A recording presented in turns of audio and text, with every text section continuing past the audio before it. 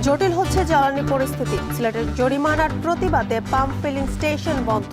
হবিগঞ্জে তেলবাহী wagon লাইনচ্যুত, 12 ঘন্টা rail যোগাযোগ বিচ্ছিন্ন বিভাগ। হাম্প সংক্রমণ ঠেকাতে হাসপাতালে জোর প্রস্তুতি। টিকা কর্মসূচি শুরু করতে গ্রামাঞ্চলে পাঠানো হচ্ছে সিরিঞ্জ। রোগীর চাপে শয্যা সংকটে ভোগান্তি।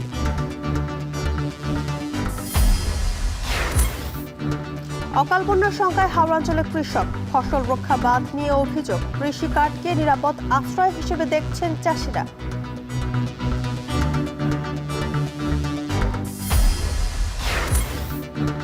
বাজারে কেজি প্রতি লাখ টাকায়ও বিক্রি হয় বিদেশি চা পাতা। ভালো মানের চায়ের ভোক্তা বাড়লে উৎপাদনে পিছিয়ে দেশ।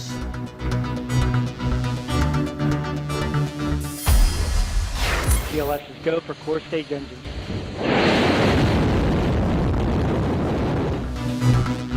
53 বছর পর চাঁদের নভোচারে পাঠালো যুক্তরাষ্ট্র। কেনেডি স্পেস সেন্টার থেকে 10 দিনের মিশনে 4 নভোচারীর যাত্রা শুরু।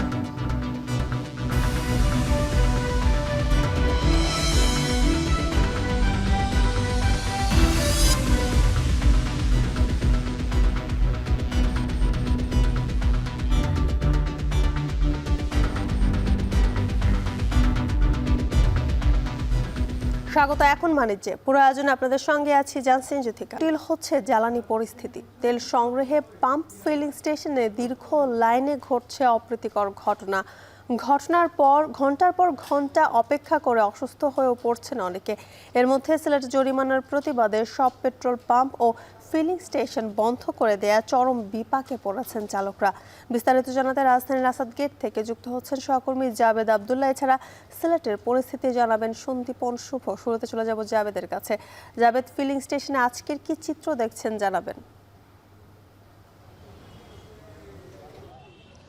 জ্যোতিকা, আজ সকাল থেকে আমরা দেখেছি যে জ্বালানি সংগ্রহে যানবাহনের চালক এবং যারা গ্রাহক রয়েছেন তাদের দীর্ঘ সারি সেই বরাবরের মতোই, অর্থাৎ একই চিত্র, চেনা দৃশ্যপট আমরা আজও দেখেছি ফিলিং স্টেশনগুলোতে। অর্থাৎ জ্বালানি তেলের যে সংকটের যে আতঙ্ক, সেই আতঙ্ক থেকে মূলত যানবাহনের যারা চালক, যারা গ্রাহক রয়েছেন তারা মূলত জ্বালানি তেল সংগ্রহ করছে। আপনি নিশ্চয়ই ছবিতে ফ্রেমে দেখতে পাচ্ছেন যে এখনও এই ফিলিং স্টেশনকে ঘিরে দীর্ঘ এবং লম্বা সারি রয়েছে। যদিও সরকারের পক্ষ থেকে বারবারই বলা হচ্ছে যে তেলের সংকট নেই, তেলের সরবরাহ ঠিক রয়েছে।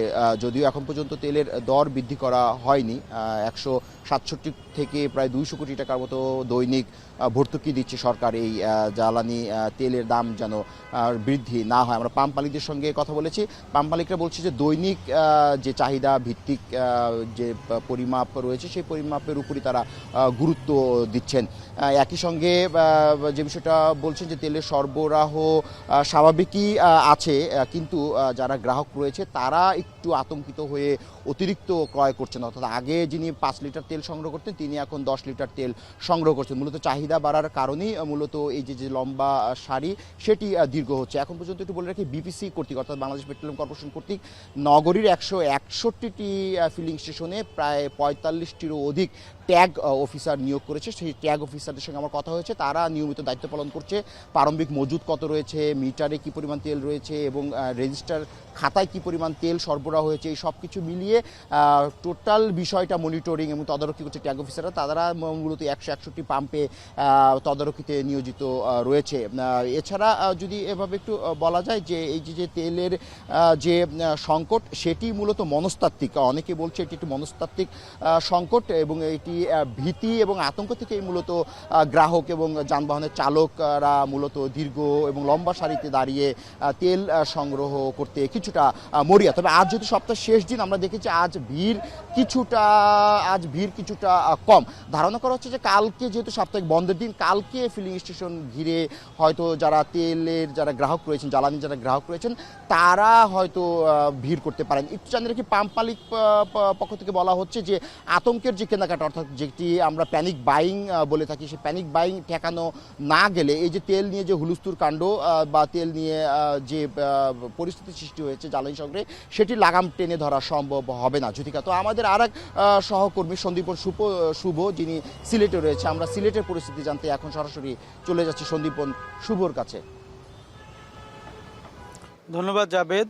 আপনি যেমনটি বলছিলেন ঢাকার পরিস্থিতি, সেটা কিন্তু সিলেটের পরিস্থিতি আরেকটু ভয়ঙ্কর। কালকে রাত থেকে আমি যদি বলি সেক্ষেত্রে বলতে হয় গত রাত মধ্যরাত থেকেই কিন্তু সিলেটের যে বিভাগের 114টি পাম্প সেটি একযোগে বন্ধ করে রাখা হয়েছে। এটির মূল কারণ হচ্ছে গত রাতে একটি ঘটনা ঘটে। সেই ঘটনাটি হচ্ছে যে পাম্পে জরিমানা করা হয় এবং সেই জরিমানাকে তারা বলছেন, আসলে যারা পাম্প মালিকরা রয়েছেন তারা বলছেন যে সেটি আসলে তাদেরকে অনেকটা জোরপূর্বক বা অবৈধভাবে করা হয়েছে এবং এটা হয়রানিমূলক করা হয়েছে, যার কারণে কিন্তু তারা খুবই ফুঁসে উঠেছেন এবং তারা কিন্তু ক্ষুব্ধ হয়ে একযোগে সিলেট বিভাগের সকল পাম্প বন্ধ করে দিয়েছেন। এবং আমরা যেমনটি দেখেছি আজকে কিন্তু ভোর থেকেই কিন্তু আমরা ছিলাম বিভিন্ন পাম্পে, দেখেছি আসলে কোনো পাম্পেই পেট্রোল পাম্পে যে জ্বালানি পেট্রোল, অকটেন, ডিজেল সরবরাহ করা হচ্ছে না। পাশাপাশি যদি বলি কোনো প্রকার গ্যাসও কিন্তু সরবরাহ করা হচ্ছে না।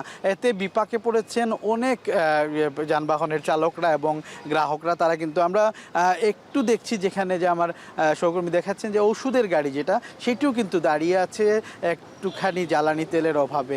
এবং আমরা আরও বিভিন্ন জরুরি পরিবহন যেগুলো পরিষেবা যেগুলো রয়েছে সেগুলোর পরিবহনগুলোকেও দেখেছি কিন্তু সেই একইভাবে তারা দাঁড়িয়ে রয়েছে দীর্ঘক্ষণ এই তেলের অভাবে। এবং আমরা খেটে খাওয়া যারা মানুষজন রয়েছে তাদের বিপাকে বা তাদের যে দুরবস্থা সেটি লক্ষ্য করেছি। তারা বলছেন যে আসলে আজকে তারা কোনোভাবেই গাড়ি চালাতে পারছে না এবং তাদের যে রুজির ব্যবস্থা সেটুকু কিন্তু অনেকটাই বন্ধ হয়ে গেছে বলা চলে। এবং সব কিছু মিলিয়ে একটা স্থবিরতা আমরা লক্ষ্য করেছি। তবে আমি একটু তথ্য জানিয়ে রাখতে চাই, আজকে কিন্তু বেলা 11টা নাগাদ একটি সভা হওয়ার কথা রয়েছে প্রশাসনের সাথে এবং সেই সভায় কিন্তু হয়তোবা পাম্প মালিকদের সাথে একটা সমঝোতা হতেও পারে। তবে সাধারণ মানুষজন বলছেন অতি তাড়াতাড়ি যেন এই পরিস্থিতি কাটিয়ে উঠা যায় এবং তারা যেন আবারও সেই সচল পাম্প দেখুন মধ্যপ্রাচ্য যুদ্ধের পর থেকে কিন্তু একটার পর একটা ঘটনা ঘটেই চলছে, তার মধ্যে মরার উপর খাড়ারকা কিন্তু এই ঘটনাটি। তো সব কিছু মিলিয়ে বলা চলে পরিস্থিতি কিন্তু এই জ্বালানি তেলের জন্য ক্রমশ ভয়ঙ্কর হয়ে উঠছে। এবং আমি এইটুকু জানাচ্ছিলাম সিলেটের উত্তরা পেট্রোলিয়াম পাম্প থেকে। সর্বশেষ এখন আমরা আবারও স্টুডিওতে ফিরে যেতে যাচ্ছি। যুথিকা। রাজধানী এবং রাজধানীর বাইরে থেকে জ্বালানি পরিস্থিতি এবং ফিলিং স্টেশনের খবর জানাচ্ছিলেন সহকর্মীরা। এদিকে হবিগঞ্জে চট্টগ্রাম থেকে সিলেটগামী তেলবাহী ট্রেনের লাইনচ্যুত 6টি ওয়াগন উদ্ধারে কাজ চলছে। ভোররাত থেকে উদ্ধার কাজ শুরু করে রেলওয়ে কর্তৃপক্ষ। 12 ঘন্টা ধরে সিলেটের সাথে সারা দেশের রেল যোগাযোগ বন্ধ রয়েছে, এতে বিপাকে পড়েছেন সাধারণ যাত্রী। বুধবার সন্ধ্যায় জ্বালানি তেল নিয়ে চট্টগ্রাম থেকে সিলেটে যাচ্ছিল তেলবাহী ওয়াগন। রাত 9টার দিকে মাধবপুর উপজেলার মনতলা এলাকায় পৌঁছালে ওয়াগনের 6টি ওয়াগন লাইনচ্যুত হয়। এর মধ্যে একটি ওয়াগন খালে পড়ে যায়। দুর্ঘটনার পর জ্বালানি তেল ছড়িয়ে পড়ে। এ সময় স্থানীয়দের তেল সংগ্রহ করতে দেখা যায়। ঘটনার পরপরই উদ্ধার তৎপরতা শুরু করে রেলওয়ে কর্তৃপক্ষ। রেলওয়ে কর্তৃপক্ষের সঙ্গে উদ্ধার কাজে অংশ নেয় সেনাবাহিনী ও বিজিবি।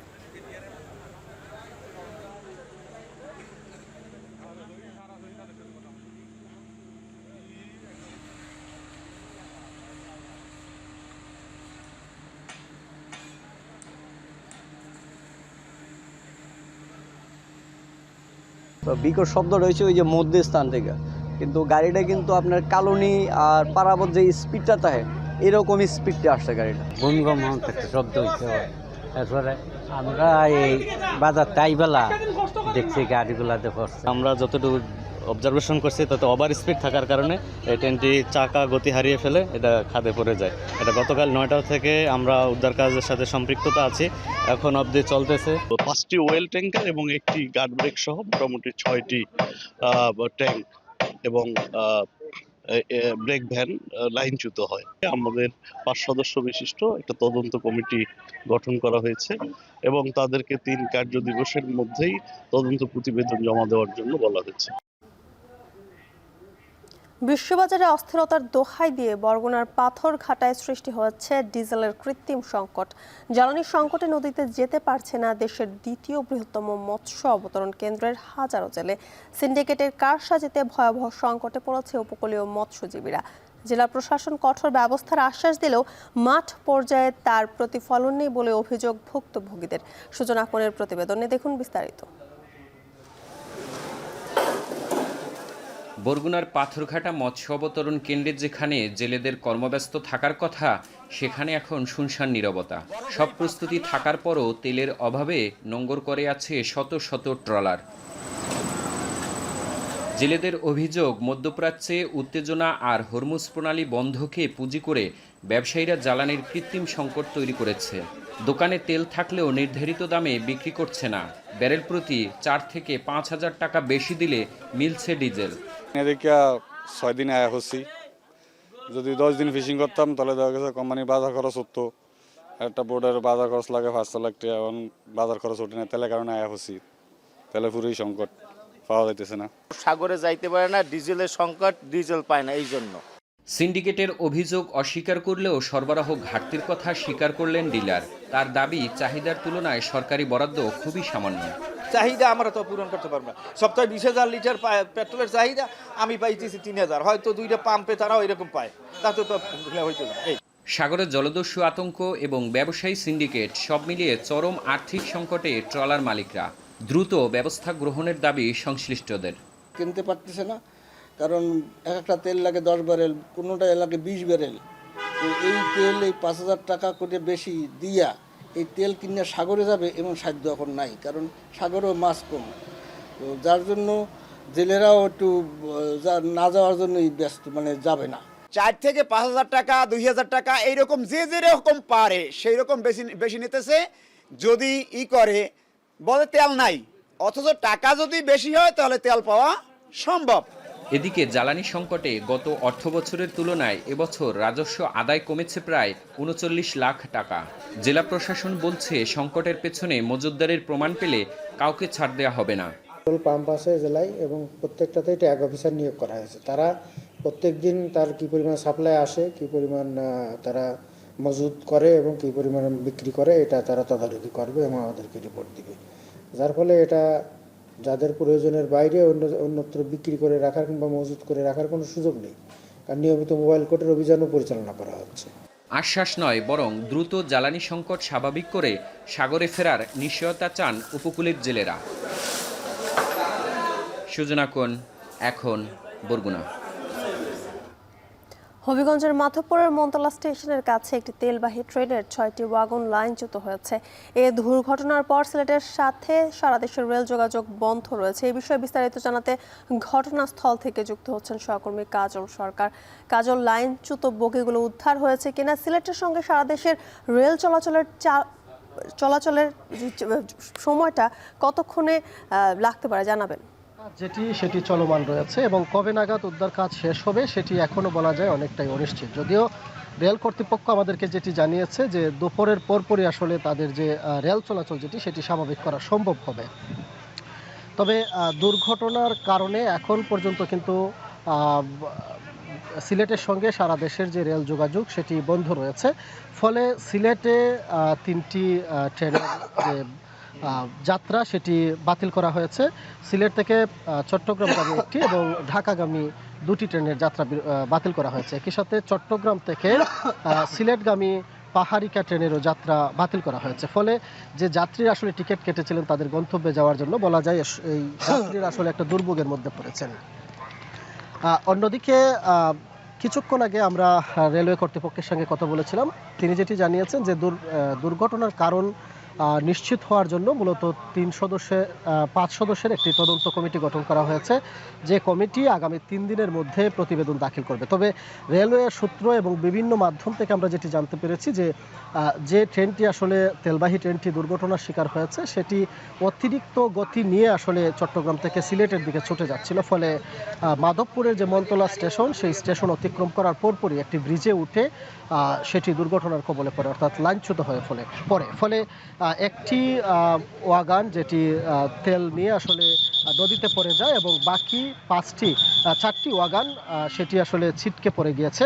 ফলে রেলওয়ে কর্তৃপক্ষ যেটি বলছে যে ক্ষতিগ্রস্ত যে ওয়াগানগুলো ছিল সেগুলোতে প্রায় 2 লাখ লিটারের মতো জ্বালানি তেল ছিল, যার মধ্যে প্রায় 40% তেল ক্ষতিগ্রস্ত হয়েছে। তবে বিজিবি আরেকটি বিষয় জানিয়েছে যে তারা গতকাল রাত থেকেই আসলে রাত 11:30 থেকেই তাদের যে তৎপরতা সেটি শুরু করে এবং যে তেলগুলো লুট হয়ে যাচ্ছিল সেটি ঠেকানোর জন্য তারা তাদের সদস্যদের মোতায়েন করে, একই সাথে সেনাবাহিনীর সদস্যরা ছিল। তবে বিজিবি যেটি বলছে যে লুট হওয়া তেলের মধ্যে তারা প্রায় 1000 লিটার তেল জব্দ করেছে। তবে এখন পর্যন্ত যেহেতু উদ্ধার কাজ চলমান রয়েছে, কবে নাগাদ সেটি শুরু হবে সেটি জ্যোতিকা এখন পর্যন্ত আসলে নিশ্চিতভাবে বলা যাচ্ছে না। জ্যোতিকা, এই ছিল আমার কাছে হবিগঞ্জের যে ট্রেন দুর্ঘটনা তার সবশেষ তথ্য। হবিগঞ্জ থেকে যুক্ত ছিলেন কাজল সরকার, জানাচ্ছিলেন সেখানকার সবশেষ পরিস্থিতি। মাঠ পর্যায়ে দীর্ঘ লাইন আর ভোগান্তি থাকলেও সরকার বলছে জ্বালানির পর্যাপ্ত মজুত রয়েছে এবং সরবরাহ চেইন স্বাভাবিক আছে। তবে প্যানিক বাইং আর গুজবই পরিস্থিতিকে জটিল করে তুলছে বলে মনে করছেন সংশ্লিষ্টরা। এমন বাস্তবতায় আতঙ্ক নয়, সচেতন ও সাশ্রয়ী ব্যবহারের উপরই এখন জোর দিচ্ছে সরকার। বিস্তারিত আসিফ ইকবাল খানের প্রতিবেদনে। মধ্যপ্রাচ্যের সংঘাতের প্রভাব পড়েছে দেশের জ্বালানি খাতেও। তেল ফুরিয়ে যাচ্ছে এমন আশঙ্কায় বাড়ছে অপেক্ষা আর উদ্বেগ। সরকার বলছে সংকট নেই, তবে বাস্তবে সীমিত সরবরাহ আর দীর্ঘ লাইনে ভোগান্তি বাড়ছেই। রাত্রে এসে ঘুরে গেছি, তেল পাই নাই, এখন আবার আসলাম, দেখি কখন দেয়। তেল মাত্র 200-300 এইভাবে দেয়। এভাবে দিলে দেখা যায় বাসা থেকে আসার পর আবার যাওয়ার পথে যে তেল নেই ওইটা শেষ হয়ে যায়। এই পরিস্থিতির মধ্যেই গুজব ছড়ালেও আপাতত জ্বালানি তেলের দাম বাড়ায়নি সরকার।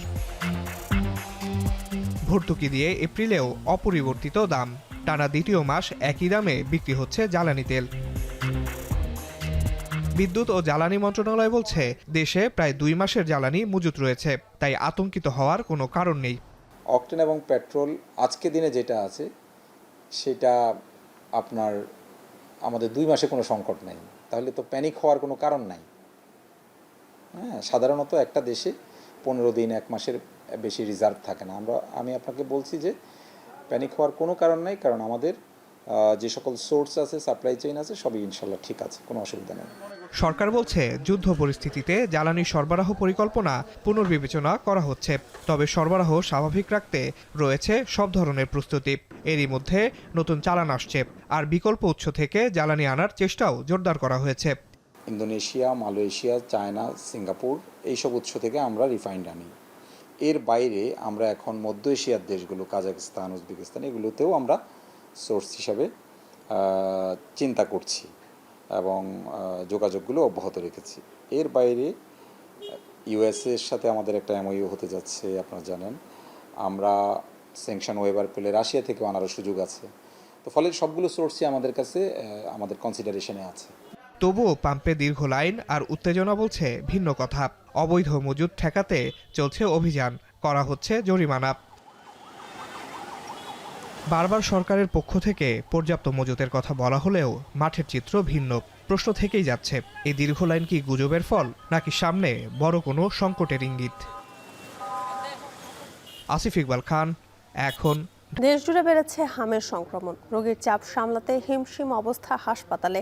এই অবস্থায় রোববার থেকে জরুরি টিকাদান কর্মসূচি শুরু হচ্ছে। বেশি আক্রান্ত উপজেলায় আজকাল হামের টিকা সিরিঞ্জ পাঠানো হবে। বিস্তারিত জানাতে ঢাকা মেডিকেল কলেজ হাসপাতালে আছেন সহকর্মী আফজাল হোসেন। এছাড়া বগুড়ার শহীদ জিয়াউর রহমান মেডিকেল কলেজ হাসপাতাল থেকে যুক্ত হচ্ছেন রাজীব সেলিম। শুরুতে যাব আফজালের কাছে। আফজাল, ঢাকা মেডিকেলের শিশু ওয়ার্ডে হামে আক্রান্ত কতজন রোগী ভর্তি হয়েছে? কোন বয়সী শিশুরা বেশি আক্রান্ত হচ্ছে, কি বলছেন চিকিৎসকরা?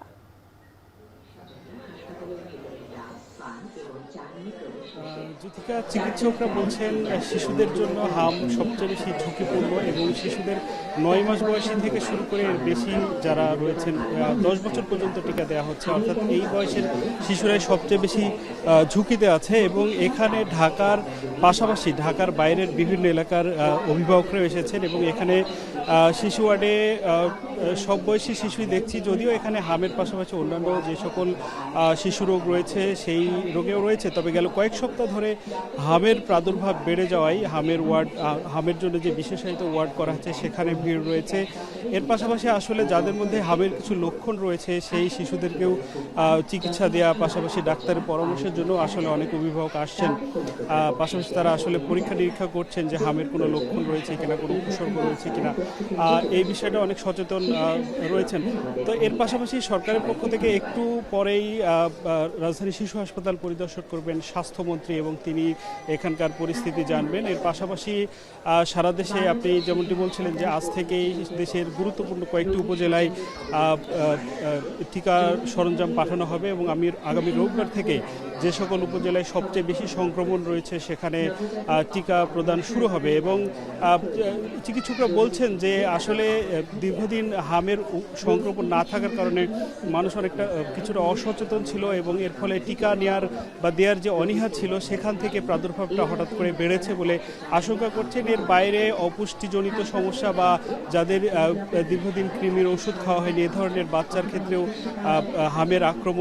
হাম সংক্রমণের সম্ভাবনা অনেক বেশি। এছাড়া যেহেতু এটি একটি ছোঁয়াচে রোগ তাই অনেক সময় আক্রান্ত শিশুর সংস্পর্শে এসেও অনেক শিশু আক্রান্ত হয়েছেন। তো এই ছিল এখান থেকে সবশেষ। আমরা বগুড়ার পরিস্থিতি জানতে যুক্ত হচ্ছি সহকর্মী রাজীব সেলিমের কাছে।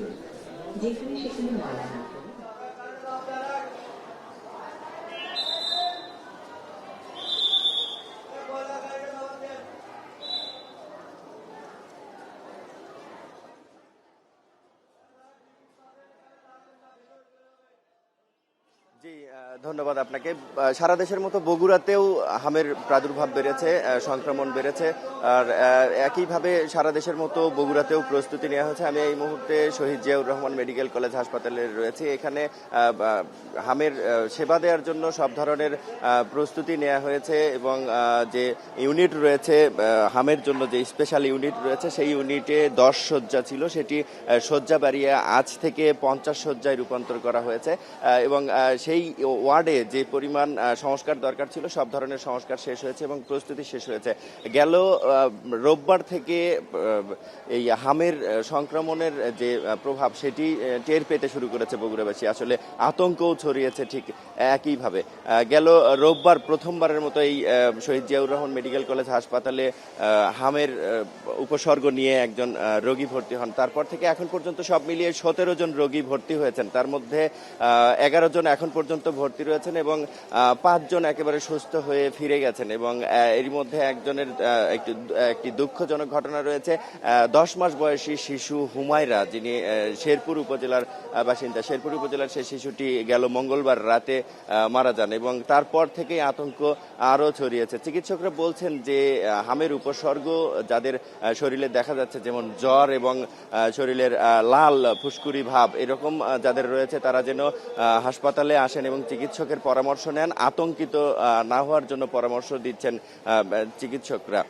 আমরা সিভিল সার্জনের সাথে কথা বলেছি রবিবার থেকে যে হামের টিকা দেওয়ার কথা রয়েছে সেই বিষয়ে এবং যে সাধারণ ছুটি, সেই সাধারণ ছুটি, স্বাস্থ্যকর্মীদের সাধারণ ছুটি বাতিলের বিষয়ে সিভিল সার্জন বলছেন যে তারা মৌখিকভাবে এখন পর্যন্ত শুনেছেন, মৌখিকভাবে নির্দেশনা পেয়েছেন, তবে অফিসিয়ালি যে লিখিত চিঠি সেই চিঠি এখন পর্যন্ত পাননি। তবে মৌখিকভাবে যেটি শুনেছেন, রোববার থেকে টিকা দান কর্মসূচি শুরু হচ্ছে। সেখানে 6 মাস বয়স থেকে 10 বছর বয়সী যে শিশুরা রয়েছেন তাদেরকে টিকা দেয়া হবে এবং টিকার যে সরঞ্জাম এবং যে টিকা পাঠানোর কথা রয়েছে সেটি শুক্রবার এবং শনিবারের মধ্যেই বগুড়ায় এসে পৌঁছবেন এমনটি জানিয়েছেন। কিন্তু সিভিল সার্জন এখন পর্যন্ত এই টিকার বিষয়ে অফিসিয়ালি কোনো চিঠি পাননি।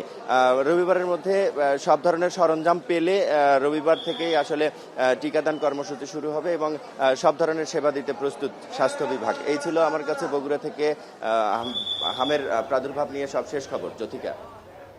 বেড়েছে হামের প্রকোপ। রাজধানীর শিশু হাসপাতাল এবং রাজধানীর বাইরে থেকে সে খবর জানাচ্ছিলেন সহকর্মীরা। সচিবালয়ে বেশ কিছু কর্মসূচি নিয়ে ব্যস্ত সময় পার করছেন প্রধানমন্ত্রী তারেক রহমান। এ বিষয়ে জানাতে তার কার্যালয় থেকে যুক্ত হচ্ছেন সহকর্মী হাসিব বিল্লাহ। হাসিব, আজ সচিবালয়ে প্রধানমন্ত্রী কি কি কর্মসূচি রয়েছে বিস্তারিত জানাবেন।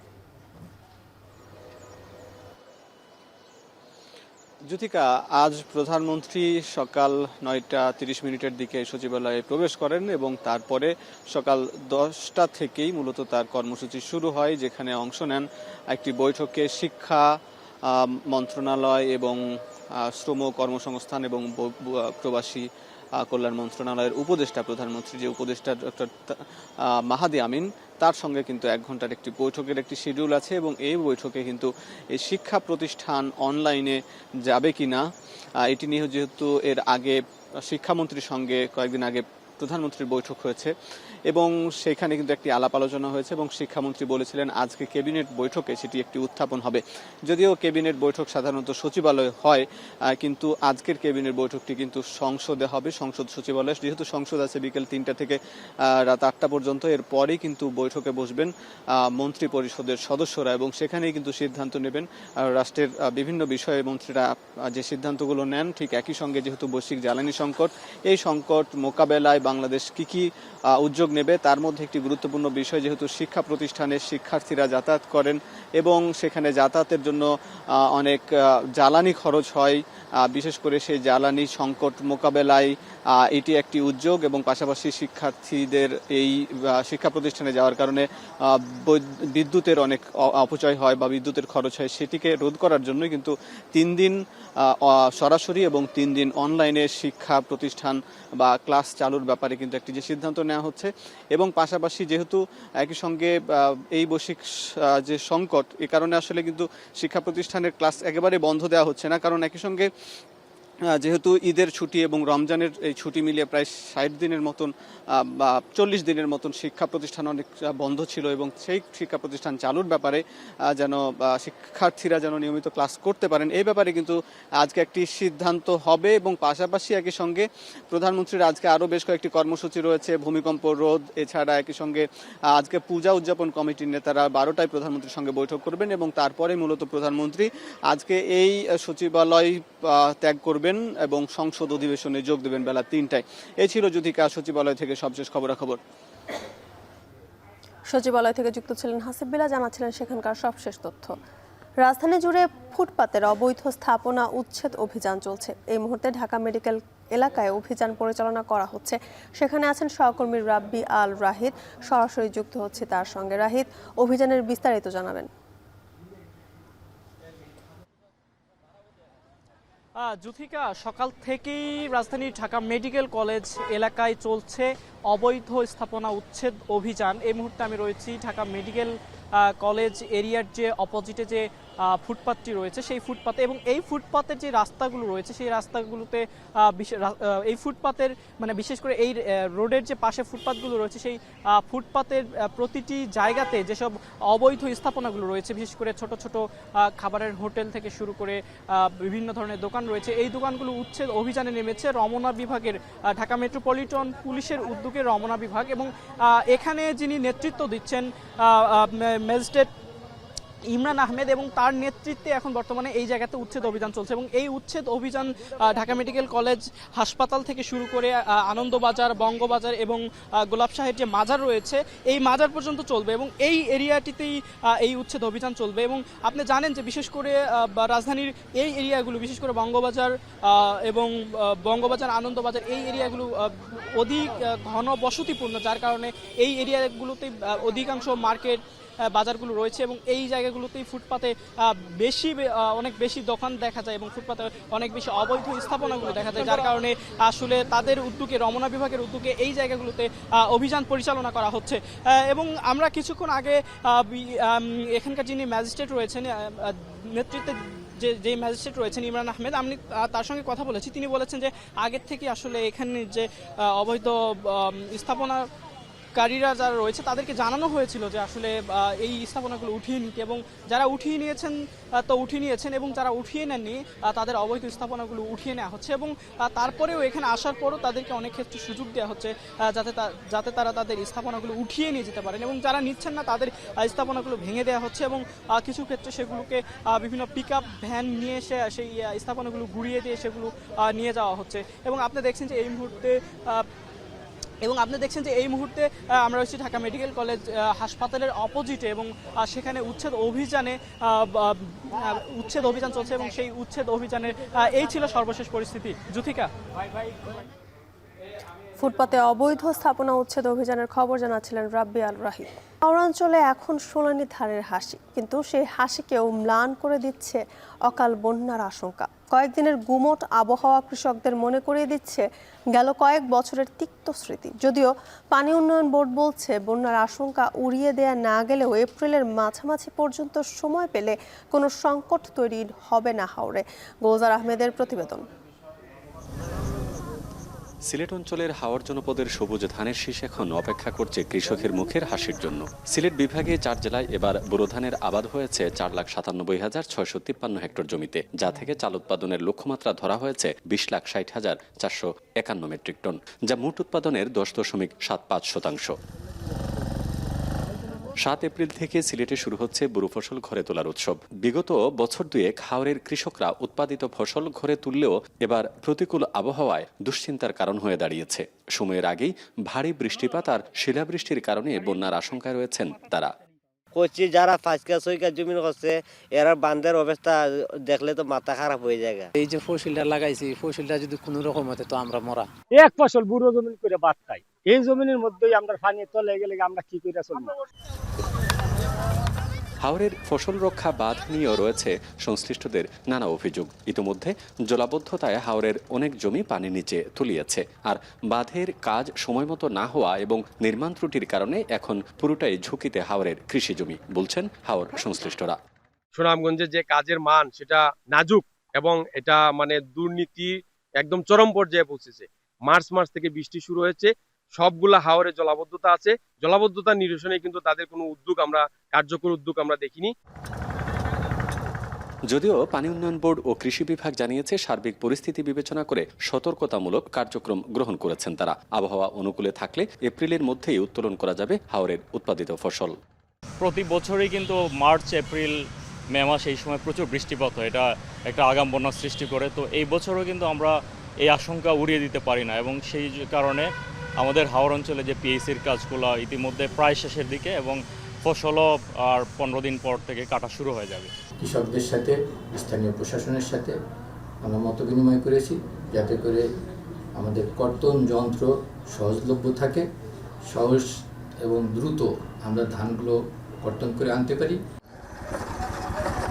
হাওরে সোনালী স্বপ্ন এখন নির্ভর করছে আবহাওয়ার উপর। সময়মতো ফসল ঘরে তুলতে পারলেই বিগত বছরের সকল উৎপাদন রেকর্ড ছাড়িয়ে যাবে বলে আশা কৃষি সংশ্লিষ্টদের। গুলজার আহমেদ, এখন সিলেট। দেশের উত্তর পশ্চিমের উদ্ধৃত খাদ্যশস্যের অঞ্চল রাজশাহী। কৃষি নির্ভর এই অঞ্চলের 88% কৃষকই প্রান্তিক। বছরে 5 থেকে 6টি ফসল উৎপাদনের মাধ্যমে তাদের হাত ধরেই জাতীয় অর্থনীতিতে যুক্ত হচ্ছে প্রায় 17,000 কোটি টাকা। তবে জলবায়ু পরিবর্তন, পানির সংকট, আকস্মিক বৃষ্টি ও উজানের ঢলে প্রতি বছরই ক্ষতিগ্রস্ত হচ্ছেন তারা। এমন পরিস্থিতিতে সরকারের ঘোষিত কৃষি কার্ডকে নিরাপদ আশ্রয় হিসেবে দেখছেন চাষিরা। রাকিবুল হাসানের প্রতিবেদন।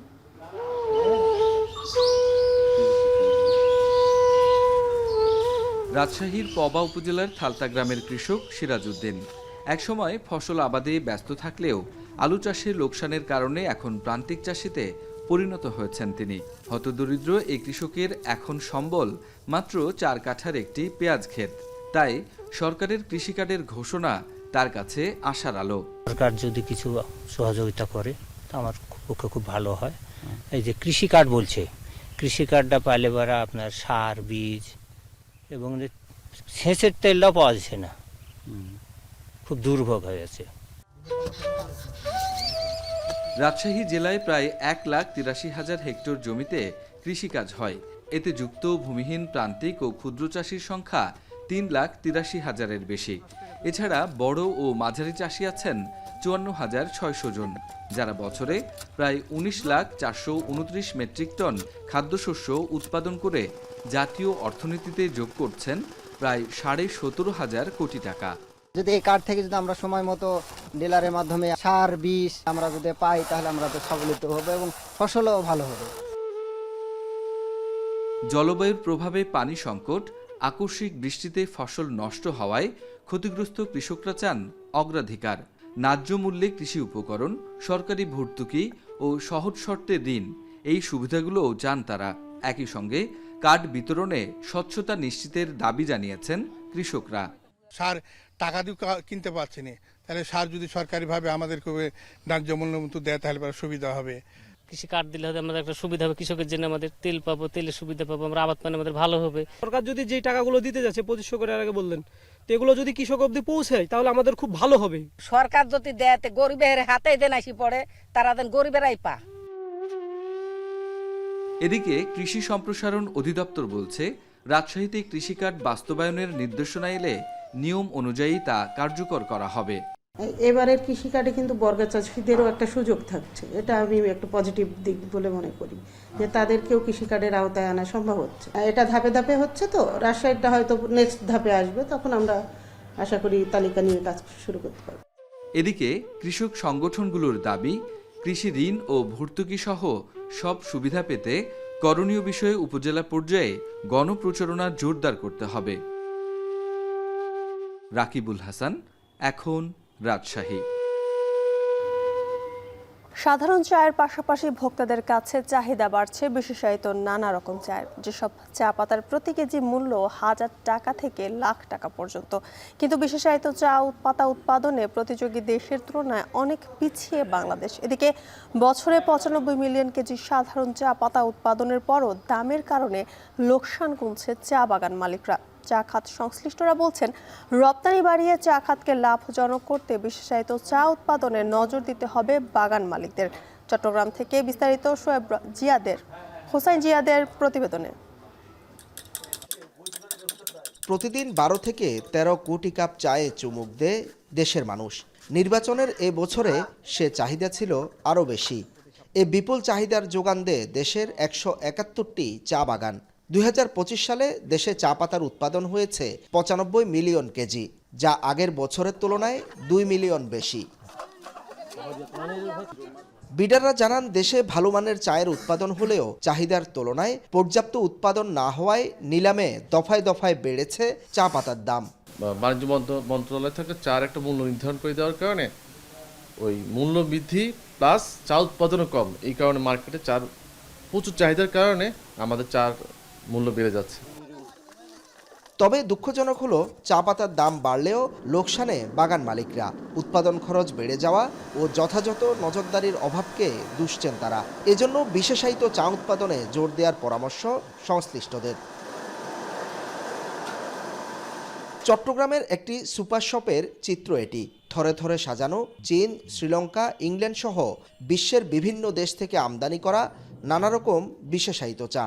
এসব চা পাতার কেজি 1000 টাকা থেকে লাখ টাকা পর্যন্ত। সম্প্রতি দেশের বাজারে নিলামেও একটি চা পাতা বিক্রি হয়েছে 900 টাকা কেজিতে। দেশের বাজারে দিন দিন ভালো মানের চায়ের ভোক্তা বাড়লেও দামি চায়ের কদরে এখনও অনেক পিছিয়ে বাংলাদেশ। সুপার শপে যে চাগুলো আসে এগুলো বিভিন্ন ভেরিয়েন্টের চা, যেটা বিদেশে অলরেডি শুরু হয়ে গেছে, চায়নাতে শুরু হয়ে গেছে, শ্রীলঙ্কাতে শুরু হয়েছে। আমাদের দেশেও চা শিল্পে যারা সংশ্লিষ্ট আছে বাগানের সাথে, তারাও চেষ্টা করতেছে এই ধরনের চা নিয়ে কাজ করার জন্য। নর্মাল ব্ল্যাক টি দিয়ে আমরা ইন্টারন্যাশনাল মার্কেটে তেমন কম্পিট করতে পারছি না, বাট এই কোয়ালিটি চা নিয়ে যদি আমরা ঢুকতে পারি তাহলে আমাদের কস্ট অফ প্রোডাকশনের চেয়ে অনেক অনেক বেশি গুণে দামে আমরা এটা বিক্রি করতে সক্ষম হব। বর্তমানে দেশে উৎপাদিত চা পাতার 2% বিদেশে রপ্তানি হয়। মূলত উৎপাদন খরচের কারণে শ্রীলঙ্কা, ভারত বা কেনিয়ার সাথে প্রতিযোগিতায় টিকতে পারছে না বাংলাদেশ। হোসাইন জিয়াদ, এখন চট্টগ্রাম। আন্তর্জাতিক প্রসঙ্গ। যুক্তরাষ্ট্র, ইউরোপ বা তার প্রতিবেশী দেশগুলোর জনগণের প্রতি ইরানের কোনো শত্রুতা নেই। মার্কিন জনগণকে দেয়া এক খোলা চিঠিতে কথা বলেছেন ইরানের প্রেসিডেন্ট মাসুদ পেজেশকিয়ান। এদিকে মার্কিন প্রেসিডেন্ট ডোনাল্ড ট্রাম্প আবারও দাবি করেছেন যুদ্ধবিরতির অনুরোধ করেছে ইরান। তবে বরাবরের মতোই এ দাবি অস্বীকার করেছে তেহরান। ইরানে যুক্তরাষ্ট্র ইসরায়েলি হামলায় লারেস্তান ও মিয়ানেহতে 9 জন নিহত হয়েছেন। ইস্পাহানের একটি বিমানবন্দর ও হরমুজগানের জেটি সহ দেশ জুড়ে অবকাঠামোর ব্যাপক ক্ষতি হয়েছে। পাল্টা হামলায় ইসরায়েলে 4 জন আহত হয়েছে। এদিকে বাহরাইন, সৌদি আরব এবং সংযুক্ত আরব আমিরাতও ক্ষেপণাস্ত্র ও ড্রোন প্রতিহতের দাবি জানিয়েছে। অন্যদিকে হাইফা শহরের পূর্বে অবস্থিত কিরিয়াত আতা এলাকায় ইসরায়েলি সেনাবাহিনীর অবকাঠামোর লক্ষ্যে রকেট হামলা চালিয়েছে হিজবুল্লাহ। এদিকে বাহরাইন, সৌদি আরব এবং আমিরাতেও ক্ষেপণাস্ত্র ড্রোন প্রতিহত করার খবর দিয়েছে। এদিকে বিভিন্ন সংস্থার তথ্যের বরাতে রয়টার্স জানিয়েছে, ইরানের বিরুদ্ধে যুক্তরাষ্ট্র ইসরায়েলের যুদ্ধে বিভিন্ন দেশে মৃতের সংখ্যা 5000 ছাড়িয়েছে। ইন্দোনেশিয়ার 7.4 মাত্রার শক্তিশালী ভূমিকম্পে ভবন ধসে একজনের প্রাণহানির খবর পাওয়া গেছে। আহত আরও বেশ কয়েকজন। ভূকম্পনের পরই আশপাশের দ্বীপগুলোতে সুনামি সতর্কতা জারি করা হলেও কয়েক ঘন্টা পর তা তুলে নেওয়া হয়। দেশটির উত্তর মালুক্কা সাগরের তেরনাতে শহরে উপকূলে ভূমিকম্পটি আঘাত হানে। ইউএসজিএস এর তথ্য মতে 5 মাত্রার বেশ কয়েকটি আফটার শক হয়েছে। ভূমিকম্পের উৎপত্তিস্থল ভূপৃষ্ঠের প্রায় 35 কিলোমিটার গভীরে ছিল, যার কেন্দ্রস্থল ছিল তেরনাত শহর থেকে প্রায় 120 কিলোমিটার দূরে। নিরাপদ আশ্রয়ে সরিয়ে নেওয়া হয় বাসিন্দাদের। ভূমিকম্পে ক্ষতিগ্রস্ত হয়েছে বেশ কিছু ভবন ও ব্যবসা প্রতিষ্ঠান। কিছু ভবনে দেখা দেয় ফাটল এবং বেশ কিছু ভবন হেলে পড়েছে। আতঙ্কে লোকজন রাস্তায় নেমে আসে। এই সময় মানাডো শহরের একটি হাসপাতাল থেকে ছুটে বেরিয়ে আসে রোগীরাও। ভূমিকম্পনের ভয়ে জীবন বাঁচাতে হাসপাতালের বেড থেকে দৌড়ে রাস্তায় নেমে আসেন বেশ কয়েকজন রোগী। সংবাদ শেষ করব চন্দ্রাভিযানের খবর দিয়ে। 53 বছর পর আবারও চাঁদে নভোচারী পাঠালো যুক্তরাষ্ট্র। কেনেডি স্পেস সেন্টার থেকে আর্টেমিস 2 মহাকাশযান সফলভাবে উৎক্ষেপণ করেছে নাসা। 10 দিনের মিশনে চাঁদের চারপাশ পরিভ্রমণ করবেন 4 নভোচারী। বিস্তারিত জানাচ্ছেন শাহানা জাহান। 1 এপ্রিল ফ্লোরিডার কেনেডি স্পেস সেন্টার থেকে সূর্যাস্তের ঠিক আগে গর্জে ওঠে স্পেস লঞ্চ সিস্টেম রকেট। এর মাথায় থাকা ওরিয়ন স্পেসক্রাফট ক্যাপসুলে চড়ে মহাকাশে পাড়ি জমান 4 মহাকাশচারী। উৎক্ষেপণের সময় আকাশে ছড়িয়ে পড়ে ঘন সাদা ধোঁয়ার বিশাল কুণ্ডলী। এই মিশনে রয়েছেন নাসার ভিক্টর গ্লোভার, রিড ওয়াইজম্যান ও ক্রিশ্চিয়ানা কোচ এবং কানাডার জেরেমি হ্যানসন। প্রায় 10 দিনের এই যাত্রায় তারা চাঁদের চারপাশে ঘুরে আবার পৃথিবীতে ফিরে আসবেন। তবে এবার চাঁদে অবতরণ করা হবে না। নাসার $1 বিলিয়ন আর্টেমিস প্রোগ্রামের অংশ এই অভিযান। 2017 সালে শুরু হওয়া এই কর্মসূচির লক্ষ্য চাঁদে দীর্ঘমেয়াদী মানব উপস্থিতি গড়ে তোলা এবং ভবিষ্যতে মঙ্গল অভিযানের পথ তৈরি করা। দীর্ঘ 1 দশকের অপেক্ষার পর এই উৎক্ষেপণ বড় সাফল্য হিসেবে দেখা হচ্ছে। একই সঙ্গে স্পেস এক্সের মতো বেসরকারি প্রতিষ্ঠানের সঙ্গে প্রতিযোগিতার মধ্যেই এই মাইল ফলক অর্জন করল নাসা। নাসার পরিকল্পনা অনুযায়ী 2028 সালে আর্টেমিস 4 মিশনের মাধ্যমে আবারও চাঁদের মাটিতে মানুষ নামানো হবে। তবে চীনও 2030 সালের মধ্যে নিজস্ব মানববাহী চন্দ্রযান অবতরণের লক্ষ্য নিয়ে এগিয়ে যাচ্ছে। শাহানা জাহান, এখন বিশ্ব। এই ছিল এখন বাণিজ্য। এতক্ষণ সঙ্গে থাকার জন্য ধন্যবাদ সবাইকে।